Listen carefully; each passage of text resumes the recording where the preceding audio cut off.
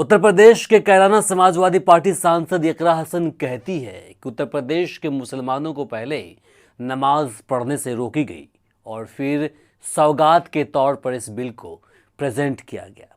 वे यही नहीं रुकी, वे आगे कहती है कि एक विधवा अपनी बेटी के साथ ईद के मौके पर हमारे पास पहुंची और वे कहने लगी कि अगर ये बिल आएगा, यानी कि वक्फ अमेंडमेंट बिल आएगा, तो हमें अपनी दुकान और मकान को छोड़ना पड़ेगा, क्योंकि हम लोग वक्फ की ज़मीन पर रहते भी हैं और वहीं पर कुछ बिजनेस भी करते हैं।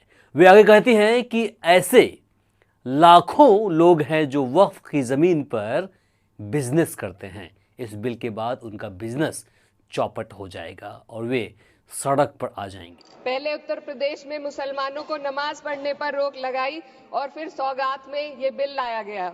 निसार में तेरी गलियों पे है वतन, जहां चली है रिवाजो गैर कि कोई ना सर उठाकर चल सके। मैं सभापति जी आपको ये बताना चाहती हूँ कि ईद के मौके पर एक विधवा महिला अपनी लड़की के साथ मेरे पास आई और उसने बताया कि वह एक वक्फ की प्रॉपर्टी में रहती है, वही उसके सर पर छत का काम भी करती है और उसकी रोजी रोटी भी वहीं से आती है।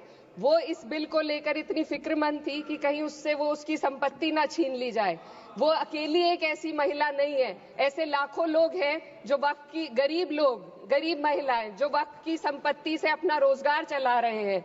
और ये जो वक्फ बाय यूजर क्लॉज के हटाने से लाखों वक्फ की जायदाद अपना स्टेटस खो देंगी और लाखों लोग, इसी तरीके के लोग सड़कों पर आ जाएंगे। सांसद इकरा हसन आगे कहती हैं कि इस कानून के बन जाने के बाद वक्फ बोर्ड को कई सारे प्रावधानों से हाथ धोना पड़ जाएगा, लेकिन वही दूसरी तरफ अन्य धार्मिक ट्रस्टों को लाभ मिलती रहेगी, जो भारतीय संविधान के आर्टिकल 14 और 15 का सीधा सीधा उल्लंघन है। इस बिल के कानून बनने पर वक्फ बोर्ड तो इस प्रोविजन से हाथ धो बैठेगा, लेकिन अन्य धार्मिक ट्रस्टों को यह सुविधा जारी रहेगी।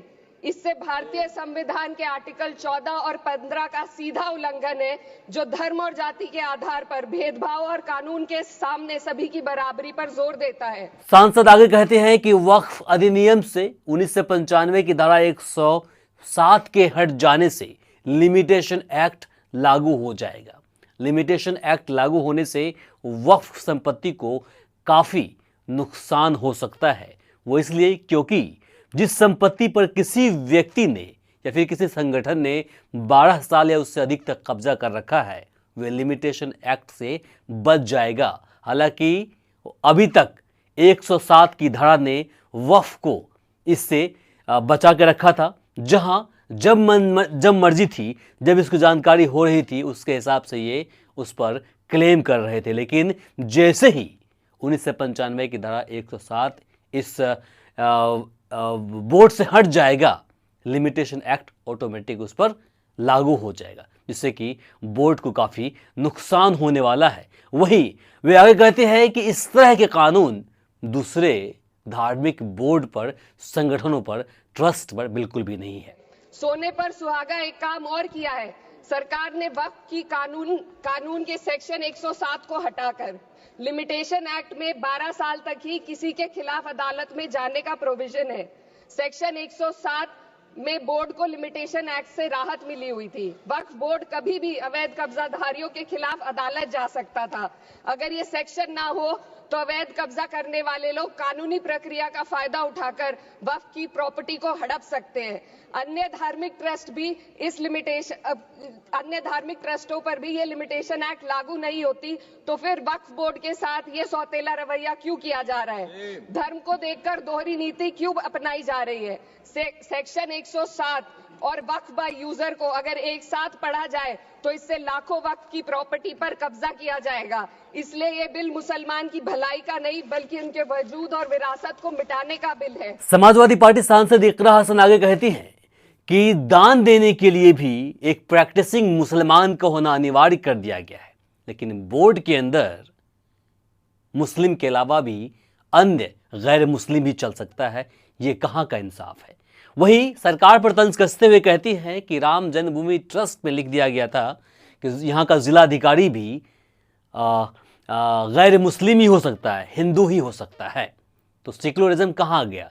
ये तंज कसते हुए कह रही हैं। इसके साथ ही ये आखिर में कह रही हैं कि सरकार ने माइनॉरिटी मुस्लिम महिलाओं पर क्या कुछ किया, उसके लिए क्या कुछ किया है, सबको पता है। महिलाओं का मुद्दा बार बार उठाया जा रहा है। सरकार का कहना है कि बोर्ड में मुस्लिम महिलाओं को रिप्रेजेंटेशन देंगे। इस कानून से पहले भी मुस्लिम महिलाएं बोर्ड में मेंबर रह चुकी हैं और मिनिमम 2 का प्रोविजन था, उससे ज्यादा भी हो सकती थी। सर, मैं ये कहना चाहती हूँ कि सरकार ने महिलाओं के लिए ऐसा कौन सा नया काम किया जिसका ढिंडोरा सरकार का हर सदस्य पीट रहा है। इस बात की तायीद अगर आपकी तरफ से कोई मुस्लिम महिला करती तो हम उसका यकीन भी करते, लेकिन अफसोस आपकी इतनी लंबी कतार में एक भी मुस्लिम महिला नजर नहीं आई। मैं बस यही कहना चाहती हूँ कि कागजों की कैद में बस नाम रह जाएंगे, वो जो हमारे थे सिर्फ दावे में रह जाएंगे। इस बिल के द्वारा मीठी ईद के जायके को कड़वा करना, यही असली सौगाते मोदी था। बहुत बहुत